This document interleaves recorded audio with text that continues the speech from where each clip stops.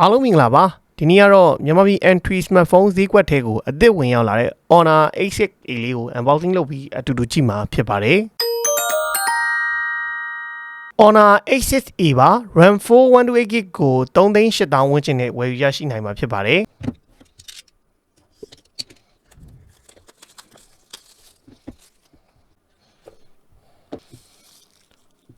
ပါတဲ့ specification တွေကတော့ကျွန်တော်ဒီမှာအသေးစိတ်ရေးပေးထားတယ် battery 5200 mAh ပါတာတော့ဒီဖုန်းရဲ့အကောင်းဆုံးအချက် storage အနေနဲ့က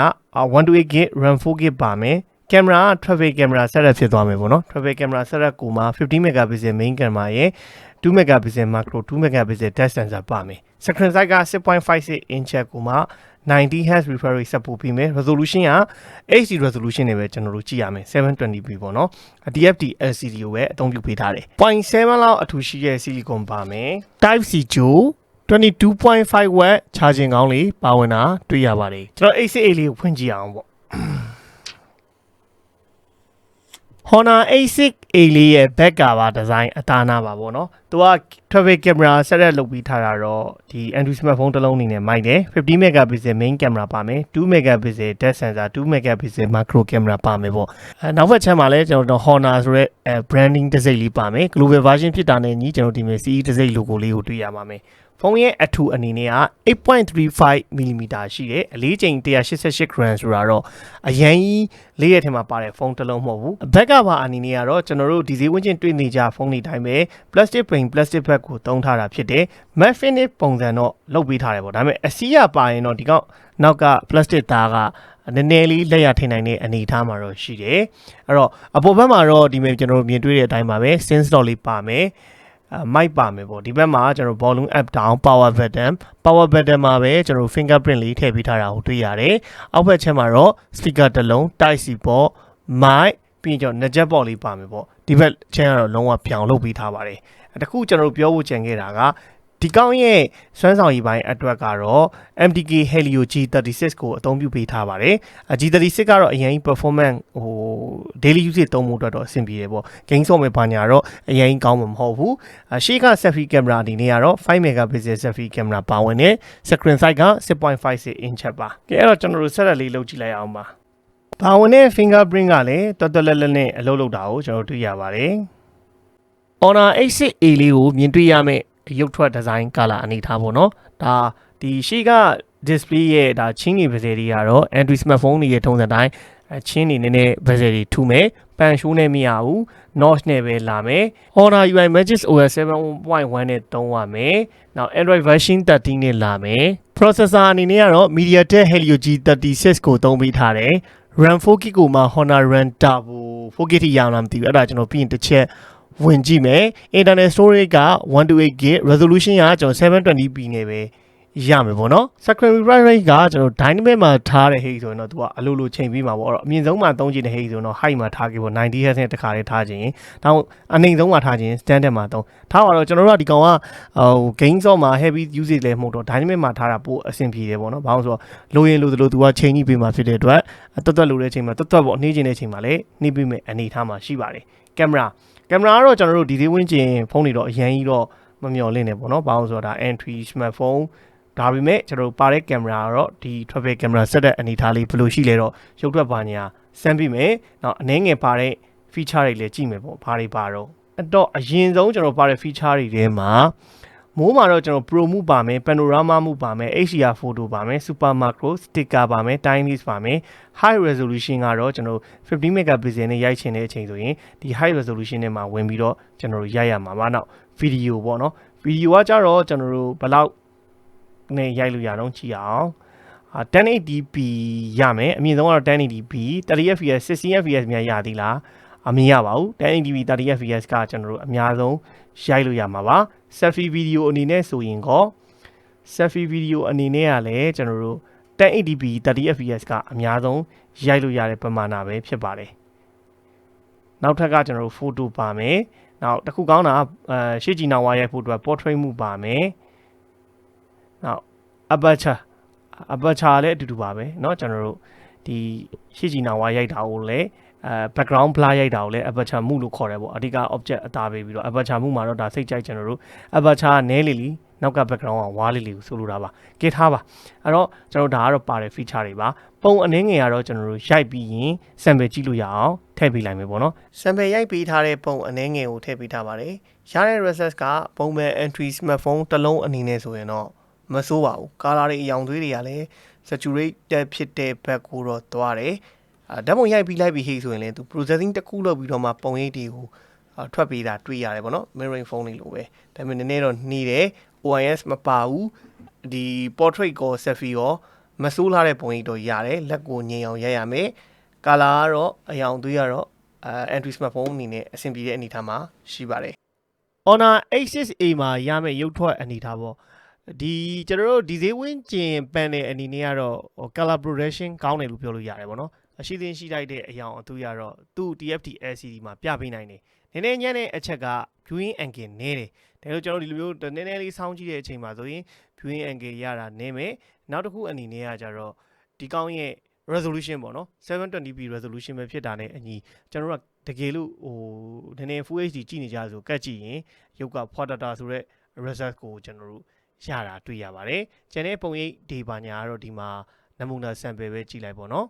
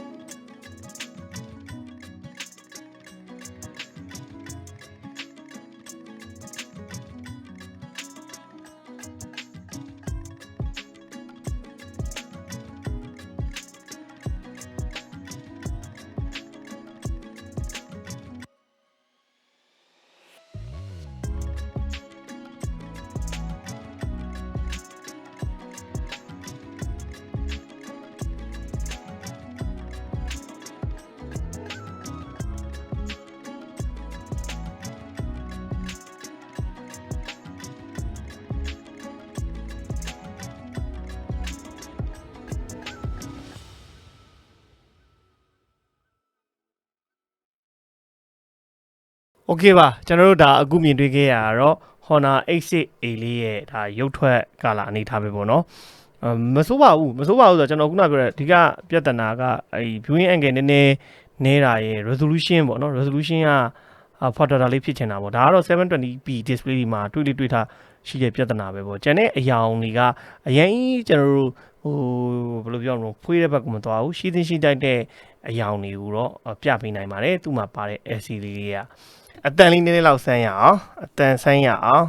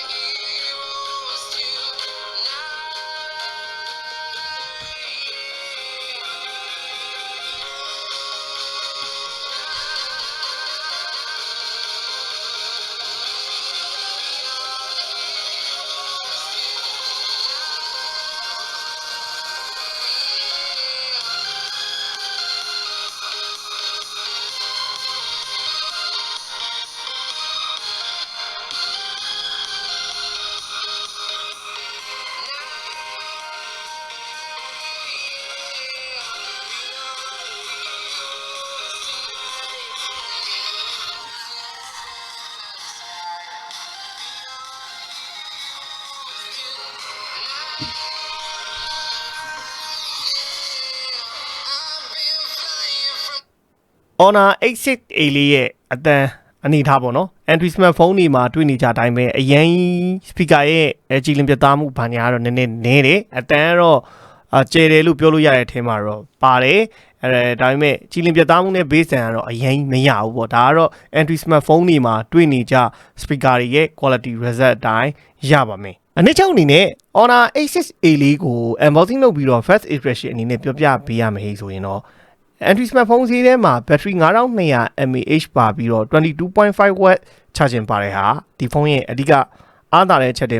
ကောင်းတဲ့အချက်လို့ပြောလို့ရတယ် display ကတော့ပုံမှန်ပဲတွေ့နေကြ 720p resolution ဆိုတော့ဒါပေမဲ့ရုပ်ထွက်အည်သွေး color ရတာကတော့မဆိုးဘူးရှိတိုက်တဲ့အယောင်တွေကိုလည်းကျွန်တော်တို့ကြည့်လို့ရတယ်ပေါ့ resolution လေးနည်းနေတာတခုပဲရှိတယ်5200 mAh battery ပါတဲ့ဖုန်းတစ်လုံးအနေနဲ့188 gram ဆိုတာအရင်လေးရဲ့ထဲမှာပါတဲ့ဖုန်းတစ်လုံးမဟုတ်ဘူးbig quality ဘာညာကတော့ဒီဈေးတန်းဝန်းကျင်မှာတော်တော်တက်ရက်နဲ့ဒီအနက်ရောင်လေးဆိုရင်တော့ယောက်ျားလေးတွေကရင်သဘောကျမဲ့အနေအထားရှိတယ်ပါတဲ့ကင်မရာတွေကAndroid smartphone တွေအတွက်အရင်မျောလင်းလို့မရဘူးဆိုပေမဲ့50 megapixel main camera နဲ့ရိုက်တဲ့တချို့ပုံရိပ်လေးတွေမှာလည်းသူက image processing လေးတစ်ခုလုပ်ပြီးတော့မှပုံရိပ်တွေကိုထွက်တာတွေ့ရတယ်ပေါ့နော်အဲ့တော့ရတဲ့ပုံရိပ်တွေအဆင်ပြေတယ်ဆိုတဲ့အထဲမှာထည့်လို့ရပါတယ်အရင်ကျွန်တော်တို့ဘယ်လိုပြောမလို့ color တွေ desaturate ဖြစ်နေတာမရှိဘဲနဲ့အယောင်ရှိတိုက်တဲ့အယောင်လေးကိုတော့ဒီကောင်ကပေးနိုင်တဲ့ဖုန်းတစ်လုံးလို့တော့ပြောလို့ရတယ်ပါဝင်တဲ့ SoC MediaTek Helio G36 ကတော့